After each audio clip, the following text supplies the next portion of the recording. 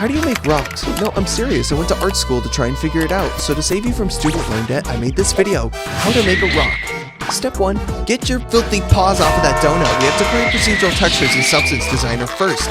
Instead of trying to learn it for 9 weeks and then rage quitting, you can try my Mapbox pack to see how the pros make textures, or make them yourself with my designer add-on, Paintbox 2. Oh, the comments. Anyways, we can hop back into Blender and model some simple shapes using basic tools to define the silhouette, basic proportions, and rockiness. We'll export these into ZBrush so we can start sculpting onto the meshes. When sculpting in ZBrush, we basically just dynamesh the models to increase the resolution, and then I lock in.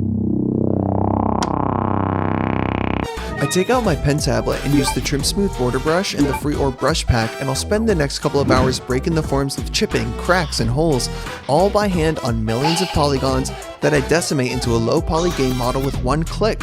But we still have a lot to do. We have to clean up the mesh and give it a UV map so that we can put all this beautiful data onto our glob of triangles. You know, we just have to mark seams, clean topology, create 2 different UV maps, fix the normals, and apply the transform, all so that we can bake the high resolution sculpt onto the low poly so that we have the privilege of painting onto our model after 12 hours of sculpting with masks, generators, gradients, slope-blurs, alphas, stencils, and hand painting to generate these texture maps, and then there's one more thing.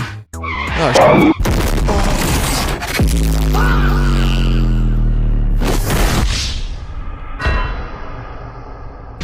Alright, don't die on me yet. All we gotta do is hop back into Substance Painter and create an RGBA mask, which is red, green, and blue. A stands for the absolute ass kicking I received in the comments for advertising my new Blender add-on tree box on YouTube. It's my add-on, I don't understand how it doesn't matter. So basically, shaders is a collection of code that reads and writes textures, become material attributes, which if you carry the 2, becomes art. Shaders do things like Z up for moss and snow, triplanar projection, detail normals, material layers, packed masks, runtime virtual texturing. If you want to actually learn the full process, maybe you should follow my page or just comment what you want to see next. Thanks.